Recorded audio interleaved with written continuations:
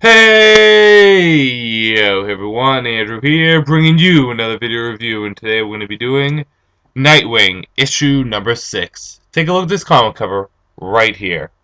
Now, where we last left off on Nightwing, we find out who Psycho is, and the fact that he's actually working with the girl that Nightwing is currently hooking up with. I believe her name is Ray, or Rhea.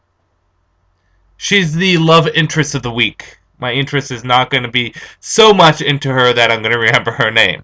Or at least not fully. But anyways, she is working with the bad guy. And the reason which is they want revenge on Dick Grayson. They're blaming him for everything that's bad that's happened in the world. Oh. Anyways. So, what do? They decide to put on a tribute show for Dick Grayson's parents in order to lure him out onto the grand stage and take him out.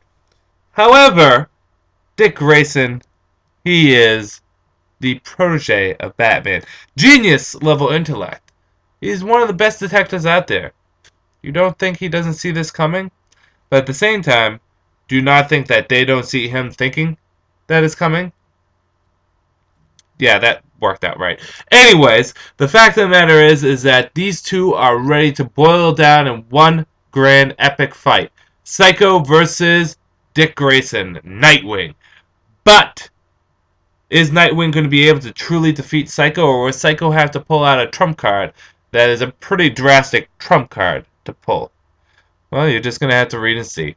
Let's jump into the good, the bad, and whether or not you should get it. Good.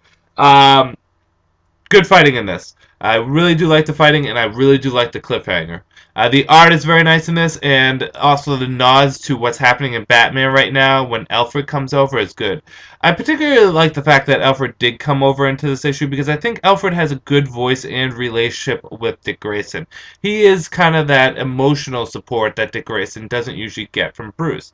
Well, Bruce may be that moral compass for Dick, and even that role model, he doesn't give that emotional support, at least not all the time. That is what Alfred is there for. And I think Alfred pulls that off nicely. And as I said, the art is very good in this. I do really like this artist on Nightwing. And yeah, it's just a good setup for issue number 7 with the big final climax between the two. Bad. Ray, Raul, whatever you want to call this woman.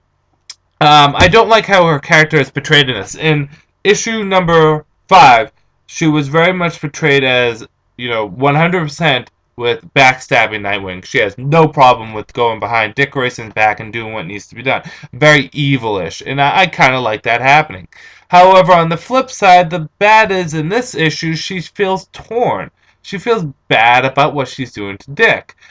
So it feels like the character kind of had a little bit of I don't know, a change of mind between the issues. It just feels a little off compared to what we had beforehand. That and in the very beginning, Nightwing is fighting a bunch of people in Texas, and this big giant robot cowboy person wasn't absolutely necessary. We could have spent a little bit more time on the story, maybe a little bit more time on the fight scene with Psycho. On a whole, whether or not you should get it. Nightwing has been a pretty solid series thus far. While this may not be the best issue, it is definitely a step up from the previous issue. I'll give it a 3.5 out of 5 stars. I think issue number 7 is going to be a very good issue if Kyle Higgins takes what he's been doing with Nightwing in this issue and running with it.